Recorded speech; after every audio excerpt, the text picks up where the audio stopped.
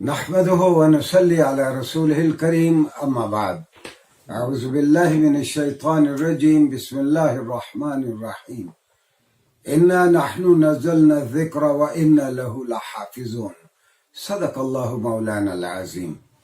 اللہ نے فرمایا کہ ہم نے اس کتاب کو اتارا ہے اور ہم ہی اس کی حفاظت کریں گے۔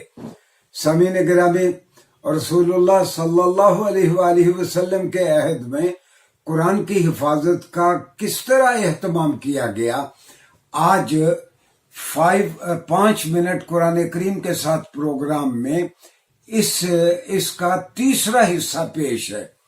میں نے آپ سے عرض کیا تھا کہ رسول اللہ صلی اللہ علیہ وسلم نے آپ 1,24,000 انبیاء میں واحد شخصیت، واحد نبی ہیں جنہوں نے اپنی وحی کو لکھوایا بھی اور لوگوں کو یاد بھی کروایا۔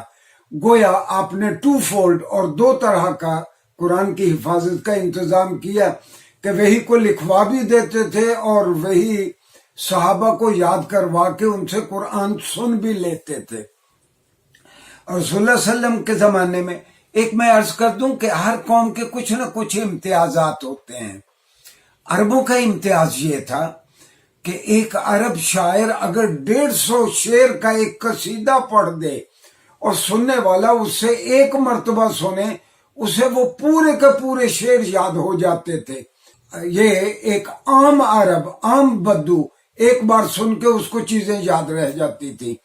ہمارا تجربہ یہ ہے کہ ہم سعودیہ کے یا نجد کے صحراؤں میں پھرتے ہیں، وہاں کے بدوی لوگ آج کل بھی ایسے ہیں، ان کا حافظہ اسی طرح ہے۔ اللہ نے مختلف قوموں کو مختلف اوصاف دیے ہیں۔ البتہ علامہ قرطبی کہتے ہیں اعطیت هذه الامة الحفظ، اللہ میاں نے امت محمدیہ صلی اللہ علیہ وآلہ وسلم کو چیزوں کو یاد کرنے کی صلاحیت دی ہے۔ وَكَانَ قَبْلَهُمْ النَّاسُ يَقْرَؤُونَ كُتُبَهُمْ نَظْرًا، اور قرآن اترنے سے پہلے جتنے بھی مذاہب تھے ان میں حفاظ نہیں ہوتے تھے۔ علامہ قرطبی کہتے ہیں لوگ اپنی وحی کی کتابیں دیکھ دیکھ کے پڑھا کرتے تھے۔ ایک اور خاص چیز جس کی جانب اشارہ بہت ضروری ہے، ناظرین گرامی، سنت اللہ اور اللہ کا طریقہ یہ رہا کہ ہر قوم کے نبی کو ایسے معجزے دیے کہ جس سے لوگ عاجز آ جائیں اور اس کی مثال پیش نہ کر سکے۔ مثال کے طور پر حضرت موسیٰ علیہ السلام کے زمانے میں جادو کا بڑا رواج تھا۔ ہر گلی میں کوئی نہ کوئی نامور جادوگر رہتا تھا۔ ان کی بستیوں میں بڑے بڑے کئی جادوگر ہوتے تھے، تو وہ اپنی رسیوں کو پھینکتے، وہ سپولیے بن جاتے اور لوگ گھبرا جاتے۔ حضرت موسیٰ کو اللہ نے ایسا معجزہ دیا کہ آپ عصا پھینکا آپ نے، اور آپ کے عصا نے ان سارے چھوٹے چھوٹے سانپوں کو ہڑپ کر لیا۔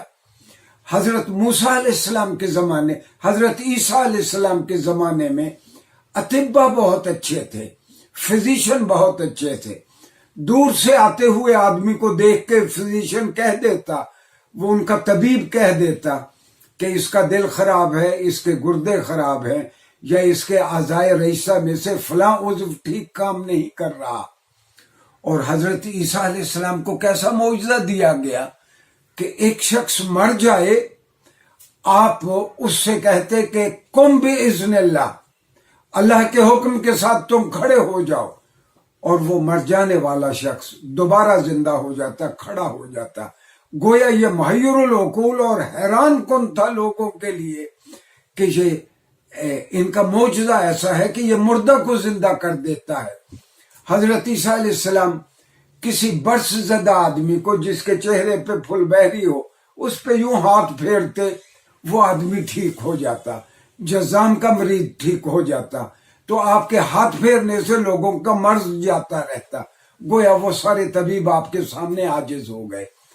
عربوں کا طریقہ یہ تھا، ہر تیسرا آدمی شاعر تھا، نہایت خوبصورت گفتگو کرتا، نہایت خوبصورت شعر کہتا، یعنی ان کی طبیعت ہی موزون تھی۔ اور جب کسی قبیلے میں، اچھا یہی سبب ہے کہ عرب اپنے آپ کو زباندان کہتے تھے، اپنے علاوہ باقی لوگوں کو عجمی کہتے تھے۔ عجمی کا معنی جسے بات کرنی نہ آتی ہو، جو گونگا ہو، گونگے کو عجمی کہتے ہیں۔ عرب اپنے علاوہ باقی سب کو عجمی کہتے تھے۔ تو کسی عرب قبیلے میں اگر کوئی شاعر پیدا ہوتا تو وہ قبیلے والے جشن مناتے کہ اب ہمارے یہاں ایک ایسا شخص پیدا ہو گیا ہے جو کل ہمارے قبیلے کی عزت کی رکھوالی کرے گا۔ اگر کوئی شخص ہمارے قبیلے کے بارے میں بری بات کہے گا تو یہ اس کا جواب دے گا۔ ناظرین، رسول اللہ صلی اللہ علیہ وسلم پہ سورہ انا اعطیناک الکوثر یعنی سورہ کوثر اتری۔ آپ اس سورت کا آہنگ یاد رکھیں، انا اعطیناک الکوثر فصل لربک وانحر ان شانئک هو الابتر۔ یہ بہت لغوی اعتبار سے، فنی اعتبار سے، ادبی اعتبار سے اس کا پایہ بہت بلند ہے۔ ادبی اعتبار سے یہ بہترین شاہکار ہے عربی ادب کا۔ اور رسول اللہ صلی اللہ علیہ وسلم نے اس کا یہ انداز دیکھتے ہوئے کسی صحابی سے کہا، آپ جائیں، جا کے اس کو کسی کپڑے پہ یا کسی بڑی چیز پہ لکھوا کے اس کو بیت اللہ کے ساتھ آویزہ کرتے۔ عربوں کا طریقہ یہ تھا کہ ان کے جو ادبی میلے ٹھیلے ہوتے، اس میں جس کا قصیدہ بہت اچھا ہوتا تو احتراماً اس بہترین قصیدے کو خانہ کعبہ کے پردوں کے ساتھ لٹکا دیا جاتا تاکہ لوگوں کو پتہ چلے یہ بہترین کلام ہے عربوں کا۔ صحابی نے جا کے بیت اللہ کے پردوں کے ساتھ سورہ کوثر کو لٹکا دیا۔ ایک عربوں کا بہت بڑا شاعر، اس نے یہ عبارت پڑھی، یہ اس کا آہنگ یاد رکھے، انا اعطیناک الکوثر فصل لربک وانحر ان شانئک هو الابتر۔ اس نے ساتھ چوتھی لائن بڑھا دی، ھذا لیس بکلام البشر، یہ کسی انسان کا کلام نہیں ہو سکتا۔ رسول اللہ صلی اللہ علیہ وسلم پہ آخری وحی آپ کی وفات سے 81 دن پہلے یا 83 دن پہلے، میں بھول رہا ہوں، آخری وحی آپ پہ آپ کی وفات سے 81 دن پہلے یا 83 دن پہلے اتری۔ الیوم اکملت لکم دینکم واتممت علیکم نعمتی ورضیت لکم الاسلام دینا، یہ وحی تھی۔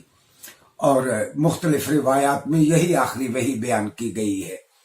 اور رسول اللہ صلی اللہ علیہ وسلم قرآن تو آپ نے سارا لکھوا دیا تھا صحابہ کو، اور صحابہ لکھ لیتے، آپ انہیں کہتے پڑھو کیا لکھا ہے، وہ آپ کو سناتے، گویا آپ تصدیق کرتے تم نے ٹھیک لکھا ہے۔ لیکن آپ نے ایک کتابی صورت میں، جس کو عربی میں کہتے ہیں ما بین الدفتین، دفتین یعنی جو دو کورز کے، یہ کتاب دو کورز کے درمیان ہے، ایک کور یہ ہے ایک کور یہ ہے، تو اس طرح دو جلدوں کے درمیان، دو کورز کے درمیان قرآن کتابی انداز میں رسول اللہ صلی اللہ علیہ وسلم کے زمانے میں نہیں تھا۔ مختلف پارچات پہ، مختلف ٹکڑوں پہ، ہڈیوں پہ، لکڑی پہ، کاغذ پہ، جلد پہ، تو چمڑے پہ لکھا ہوا تھا، لیکن کتابی صورت میں نہیں تھا۔ تو رسول اللہ صلی اللہ علیہ وسلم اسی انداز میں آپ کا وصال ہو گیا۔ آپ آخری کتاب اس لیے آپ تیار نہیں کر سکتے تھے کہ مبادہ پھر کوئی وحی آ جائے کتاب کے، اس کو کتابی صورت دینے کے بعد۔ آپ نے کتابی صورت نہیں دی وحی کو، وہ پھر ہم دیکھیں گے کہ بعد میں جو اللہ نے کہا کہ ہم نے ہی یہ اس کتاب کو اتارا، ہم ہی اس کی حفاظت کریں گے۔ حضرت ابو بکر رضی اللہ عنہ کے زمانے میں اور حضرت عثمان کے زمانے میں کیا اہتمام کیا۔ آخری بات میں آپ سے کہوں کہ قرآن نے کہا، رسول اللہ صلی اللہ علیہ وسلم کی دلجوئی کے لیے آپ کو مخاطب کر کے قرآن نے کہا، لا تحرک به لسانک لتعجل به ان علینا جمعہ وقرآن۔ اے محمد صلی اللہ علیہ وسلم، جب آپ پہ وحی اترتی ہے آپ جلدی جلدی اس کو پڑھنے کی کوشش کرتے ہیں، کہیں وحی بھول نہ جائے۔ آپ کیوں اپنے آپ کو تھکاتے ہیں؟ لا تعجل، اس طرح جلدی جلدی نہ پڑھیں۔ تو اللہ نے کہا، اے محمد علینا جمعہ وقرآن، یہ ہمارے ذمے ہے کہ ہم قرآن کو جمع بھی کروائیں گے اور قرآن کو لوگوں کی زبان پہ بھی جاری کر دیں گے۔ نیکسٹ لیکچرز میں ہم جائزہ لیں گے حضرت ابو بکر نے اس کو کس طرح کتابی صورت میں جمع کیا. شکریہ جی.